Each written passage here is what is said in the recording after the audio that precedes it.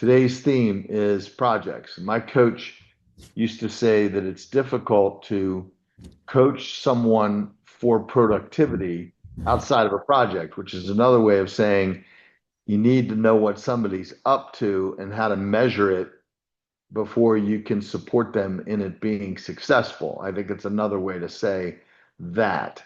So I learned a distinction many years ago in a course called Leadership, Productivity, and Service on how to create a project. And I've used the same template that I learned back then to teach and train people about this word we call projects. Now, the year before, I might have told you the story. I'm going to make it quick. I earned about $40,000 from my business.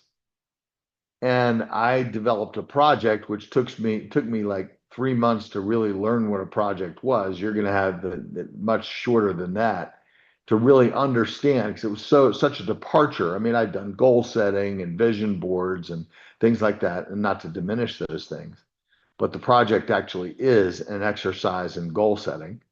But the year I had a project, my income went from $40,000 the previous year to $380,000 the following year, which is quite a jump.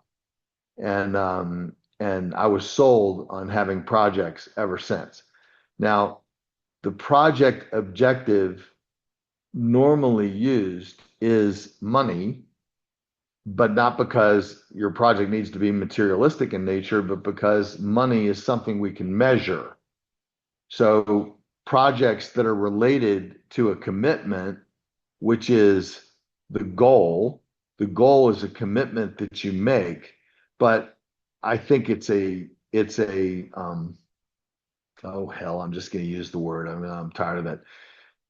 A goal and goal setting is really a paradigm, because the paradigm is that we work for goals. And I say that that's not so. We don't work for goals. We work for something a goal provides that we're committed to. So let's just call that the prize. You only get the prize if the goal is achieved. So it's not the goal itself that motivates people, it's the prize. For instance, in the Olympics, the goal is never a silver medal, is it? The goal is always a gold medal. But how do you get the gold medal? First, you got to make the team. Then you got to be better than everybody else in the field. And then you get first place. That's the goal. So the goal is first place. But what does first place get you? A gold medal. So you did all that for a gold medal? Or did you do it to stand in front of the world as the best and have your national anthem played and have a moment that no one will ever take from you? That's what motivates us. That's what puts us in action. You've heard me say that we move for two things: our commitments and our concerns. So a goal, as it's set up in a project, needs to be something you're committed to based on what it provides you that you're committed to. So, and we're always committed to something. So it's a way to start setting up your life. So the project, as I describe it, and that was brief, and we can go into much deeper explanations later, is a goal that has a reward that you're committed to. So that's a simple way to frame a project statement. A goal that is a commitment to a reward. The reward is what you're committed to. If the goal is I need $150,000 for down payment on my dream home, the dream home is really what you're committed to, not the $150,000.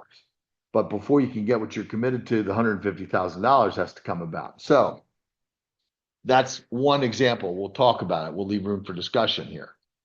So the next piece, when you set a project goal and a reward that achieving the goal represents, then the next piece, the next distinction in the project is conditions of satisfaction, or sometimes I call them criteria of satisfaction. Criteria and conditions of satisfaction are critical because they measure that the goal has been achieved. For instance, I want to make a lot of money is not a goal you can get your teeth into because there's no definition or criteria for what a lot of money means. So how do you do it? But there are people that operate that way. I want to be rich. I want to be successful. I want to make a lot of money. I want to do all those things.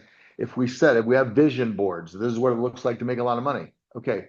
But that doesn't get to action. That doesn't get to our own motivations towards something we're committed to.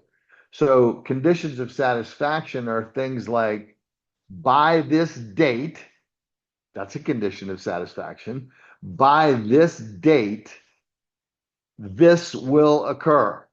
This is 5 people on my inner circle. I will form a leadership board, a team board that will support me in this project. I will surround myself with 5 players who all have their own projects and are out to get the same thing. And when I support them in getting their thing, I get what I want. That's a condition of satisfaction. What is 5 people on a team by this date? That's a condition of satisfaction. I will be earning this amount of money by this date. That's a condition of satisfaction. What amount of money? This amount of money. This amount of money per month? Yes, condition of satisfaction. From what? From this project, from this project, from this opportunity, whatever. Again, conditions of satisfaction are how you know the goal has been achieved because you've checked the boxes and the criteria for satisfaction of the goal. Now, this is an exercise in something that I don't do naturally, which is be meticulous, be clear, be specific. And nearly everything you'll ever read about achievement talks about clarity being missing. So conditions of satisfaction